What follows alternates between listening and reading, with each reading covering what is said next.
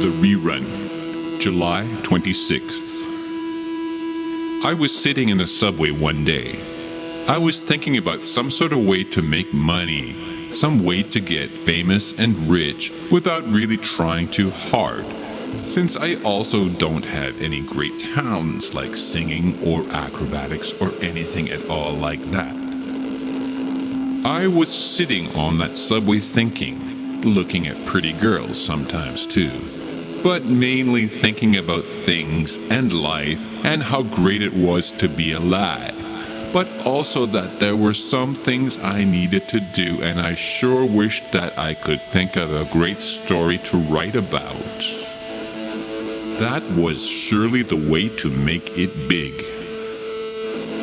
I got a little story idea from a combination of something that had happened to me that day and also some advertisement that I had seen.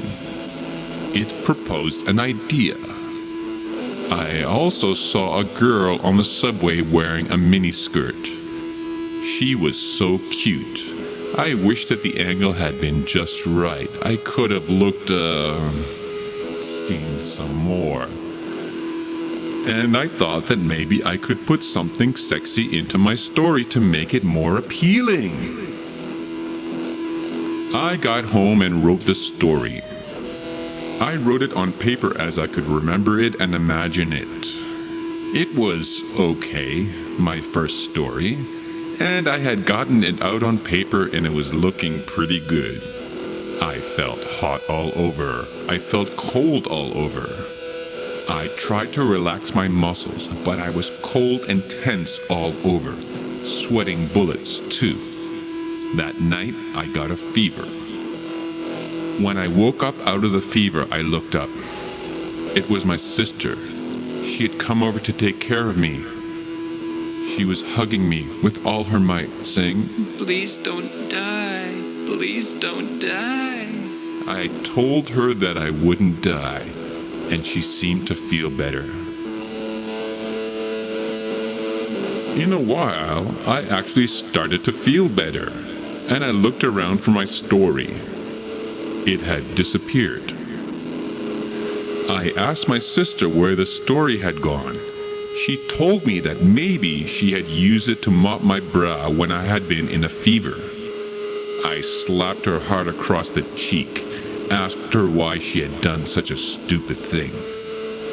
But I instantly felt bad when she ran away crying, and I remembered what she had done for me and how she had begged me not to die. What was I slapping her for now that I had my strength back?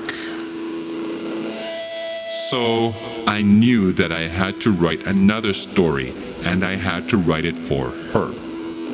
I tried to remember what I could of the original story, and I tried to improve it, maybe add another character into the action to make it more interesting. This was the second version of the story that I had written, but it was really bad. Why didn't I give up writing? I was obviously a terrible writer. In the morning, I felt defeated. What had happened to my story? Why was I now such a terrible writer? I tried to write this story again to see if it was better this time. It wasn't, so I tried again. My sister came over. She brought with her an old computer that she had at her house that they don't use anymore, and it became mine. I used that to type things up, and I found that I could write the stories much faster. I tried to write the story again. It didn't work or seem right. I tried it again. It still wasn't any good. I decided to experiment by cutting and pasting parts of the story together and see if that improved them. Anarchy didn't seem to work in this case, as the stories predictably seemed much stupider. The cut-up method only cut up the stories and made them unprintable. I don't know how many times I wrote that story. It was in my soul. It was trying to get out.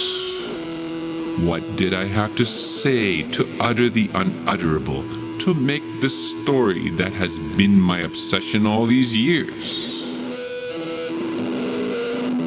I was like some Zen master looking for the perfect thought.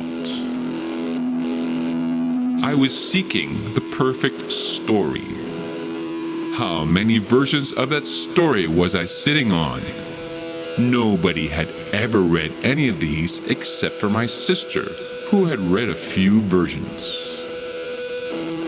Then she began helping to transcribe and edit and proofread and compile.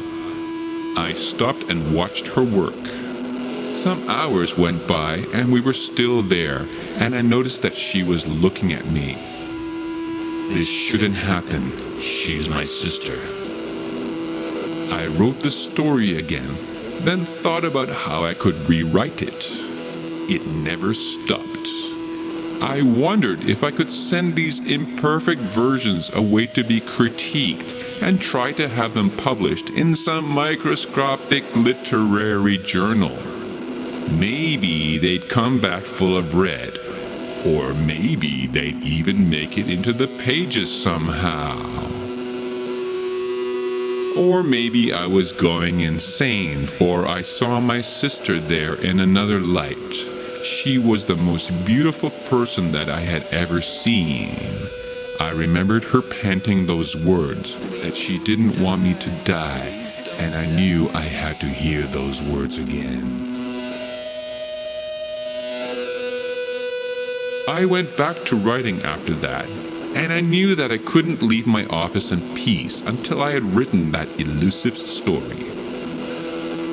Over 50 stories had been processed, and maybe they were of interest as a study in literary evolution.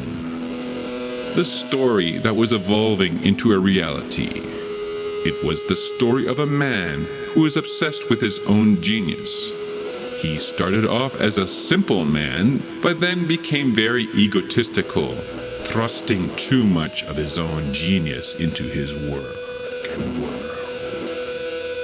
That insane man began an affair with his sister. Soon the whole village that they lived in turned against them, especially her husband, who challenged their brother to a duel, which he was obliged to accept despite the fact that he knew he would surely lose. This is the insanity of the world. And when I think about the story and how it was developing, unsurely, unevenly, I get more ideas about how it could be written. There are many ways, and if I don't live to see them through, I know at least that my sister will help me succeed through our shared destiny.